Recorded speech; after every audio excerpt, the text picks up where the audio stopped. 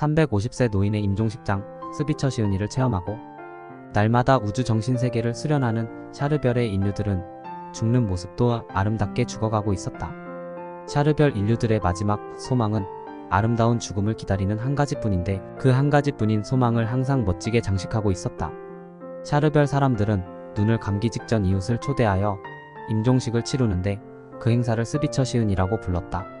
샤르별 사람들도 평생 동안 살아가면서 많은 기륭사를 겪게 되는데 스비처 시은이는 개인적으로 가장 의미 깊은 날이면서 경사스런 날이기도 했다.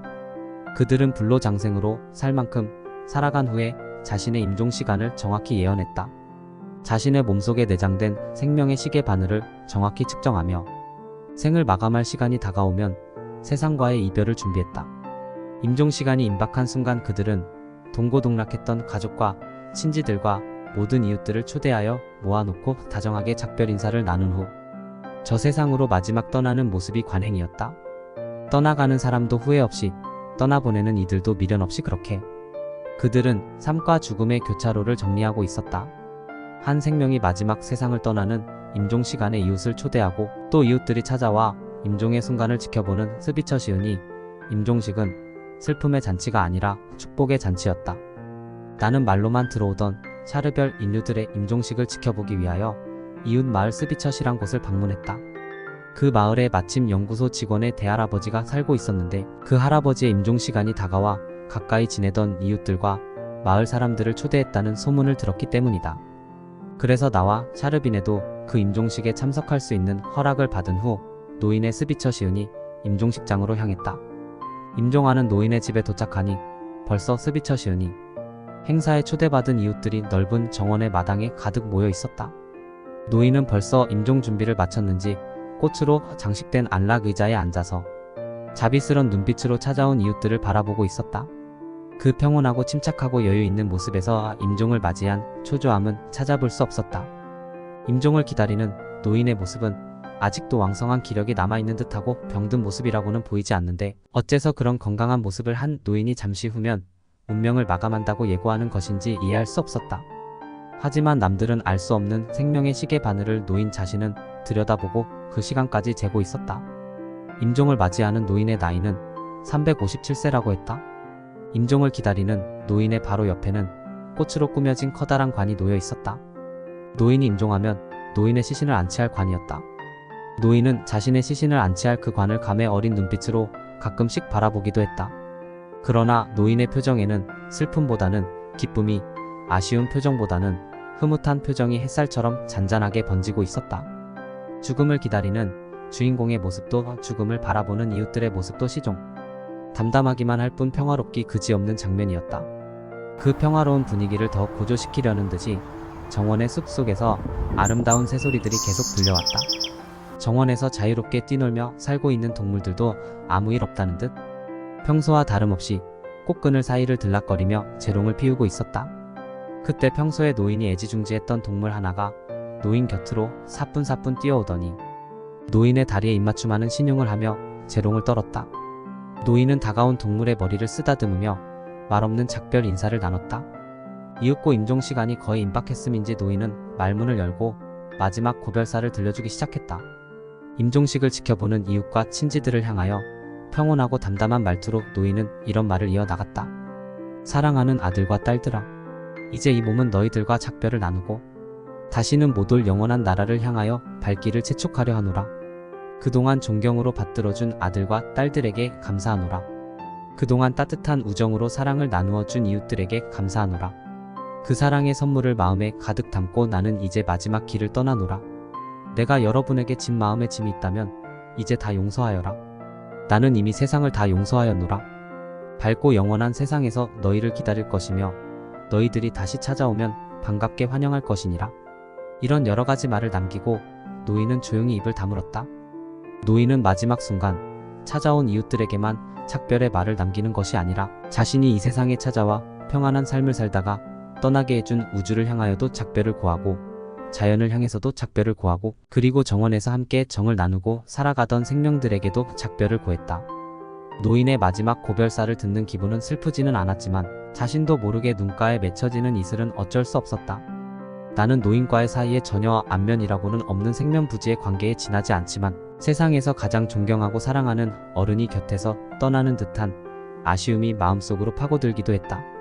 노인의 고별사가 끝난 후 스비처 시은이 임종식에 참석한 이웃과 친지들은 모두 자리에서 일어나 합동으로 노인에게 예를 올린 후 각자 준비해온 꽃 한 송이씩을 돌아가며 헌납했다.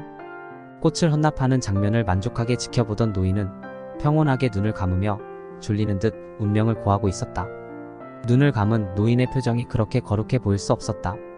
그렇게 노인은 마지막 작별을 나누고 마지막 눈을 감는 것이었다. 노인의 죽음 앞에서 아무도 소리내어 우는 사람은 없었고 애통해하는 사람도 없었다. 그렇지만 그 마음들에는 존경하고 사랑하는 어른을 마지막 떠나보내는 정성이 가득하다는 표정을 읽을 수 있었다. 우주가 창조된 이래 이보다 경건한 순간은 없을 듯 싶었다. 임종을 마친 노인은 곧바로 준비해 놓은 관 속에 잠자는 모습으로 안치되었고 꽃으로 꾸며진 노인의 관은 장례용 비행체에 실려 장지로 향했다. 장례용 비행체가 떠날 때 마을의 모든 비행체들도 그 뒤를 따랐고 그 장례 행렬은 대단하고 장엄하기까지 했다. 운구를 실은 장례 비행체들의 행렬은 낮게 뜬 상태로 마을을 한 바퀴 빙 돌았고 노인이 생전에 즐겨 찾던 장소들을 빠뜨리지 않고 들러본 후 노인의 운구가 영원히 안치될 공동묘지로 향했다. 공동묘지는 거대한 피라미드 성으로 이루어져 있었다. 중앙에 거대한 피라미드 본 건물이 있고 그 주변을 다양한 형태의 양식이 담긴 건물들이 에워싸고 있는 공동묘지의 모습이었다. 그 속에 이제까지 잠들어간 영혼들이 평안하게 모셔져 있다고 했다. 공동묘지 피라미드 성 주변에는 성경처럼 아름다운 경관이 펼쳐지고 있었고 온통 푸른 숲과 꽃들로 뒤덮인 공간에는 죽음의 그림자들보다는 생명의 기운이 더 강하게 물결치고 있었다. 그 아름다운 경치 속에 잠들어 있는 영혼들은 죽어서도 평안하고 행복할 것 같았다. 노인의 시체가 공동묘지에 도착해서 마지막 장례식을 치르는 모습도 이색적이었다. 끝까지 장례식을 지키기 위해 따라온 친지들이 경건하게 도열해서 지켜보는 가운데 투명한 캡슐 속으로 노인의 관이 들어갔다. 그 순간 우주의 선율이 흘러나오고 관 앞에 도열한 친지들은 노인의 영혼에게 우주의 축복을 기원하는 이별가를 합창하기 시작했다. 이별가를 합창하기 시작하면서 더 놀라운 현상이 눈앞에서 벌어지고 있었다. 투명한 캡슐 속에 들어가 있던 노인의 관이 서서히 사라지기 시작했기 때문이다. 처음에는 관을 덮고 있던 꽃들이 사라지고 이어서 관이 사라지고 마지막 노인의 시신이 연기처럼 사라져가고 있었다. 결국 노인의 관이 들어갔던 투명한 캡슐은 텅 빈 모습이 되고 이를 끝까지 지켜본 친지들은 다시 두 손을 모아 경배를 한 후 자리를 떴다. 이러한 장례 습관을 샤르별 인류들은 느추시라 불렀다. 투명한 캡슐 속에서 관이 사라지는 것은 보이지 않는 느즈키 빛을 투과하기 때문이었다. 느즈키 빛의 작용으로 캡슐 속에 들어있는 관을 연기처럼 사라지게 만들었던 것이다. 공동묘지 입구에는 또 고인에 대한 그리움을 회고하는 추모관이 설치되어 있었는데 그 추모관에는 고인들의 생전 모습을 담은 영상 기록들이 소중하게 보관되어 있었다. 그리고 고인들이 허리에 착용하고 다니던 허리 전자 벨트들도 위패처럼 보관되어 있었다. 고인의 영상 기록들이나 허리 전자 벨트에 저장된 영상 정보들을 재생시키면 죽은 고인을 살아서 만난 듯 생전의 생생한 모습을 회고할 수 있었다. 그래서 고인들의 이웃이나 친지들은 자주 이 추모관에 들르며 살아있는 고인을 만나는 듯 그리움의 회포를 풀 수 있었다. 샤르별의 인류들은 죽어서도 그 영혼들이 외롭지 않고 남겨두고 떠난 이웃들의 가슴에서 다정한 모습으로 살아 숨쉬고 있다고 설명할 수 있었다.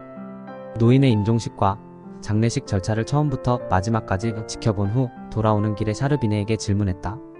샤르별의 인류들은 자신의 임종시간을 예측하고 그 시간에 이웃들을 초대하여 착별의 인사를 나누고 운명을 다하는 모습이 너무나 감동적이오. 그런데 과연 인간이 자신의 운명시간을 예측하며 살아가는 것은 불행일지 행복일지 분간을 못하겠소. 샤르비네는 담담하게 대답했다. 인간의 죽음은 지극한 자연의 현상이요. 우주의 섭리로서 마지막 순간을 불행과 행복으로 단정하는 것은 의미가 없지요. 몸이 졸릴 때는 잠을 청하듯 마지막 순간이 다가오면 조용히 눈을 감아야지요. 하지만 우리 샤르별의 인류들은 마지막 순간을 예측할 수 있는 지혜가 있기에 마지막 소원을 이룰 수 있답니다. 샤르별 인류들의 마지막 소원이 무엇이요? 아름다운 죽음이지요. 이 세상을 다녀가는 영혼들은 오염되고 때 묻은 모습으로 고향에 돌아가는 것이 아니라 순결하고 고운 모습으로 단장하여 되돌아가는 소원 말이에요. 우리 샤르별의 인류들은 자신의 마지막 순간을 예측하기 때문에 그 시간까지 자신의 삶에 최선을 다하면서 세상에 빚을 지지 않고 허물을 남기지 않으며 순결하고 고운 영혼을 가꾸어 갈 수 있지요. 아름다운 죽음을 기다리는 마음으로 샤르별의 인류들은 아름다운 삶을 실천한다는 뜻이군요. 아름다운 죽음은 샤르별 인류들에게 절대적인 삶의 가치관이기도 하고 말이요. 그래요. 아름답게 죽기 위해서 아름답게 사는 것, 그것이 바로 우리 샤르별 인류들의 정신세계에 깊이 자리 잡고 있는 절대적 삶의 가치관이죠. 아름다운 죽음을 기다리는 삶의 가치관이야말로 그 인생의 삶을 순간도 헛되게 할 수 없지요.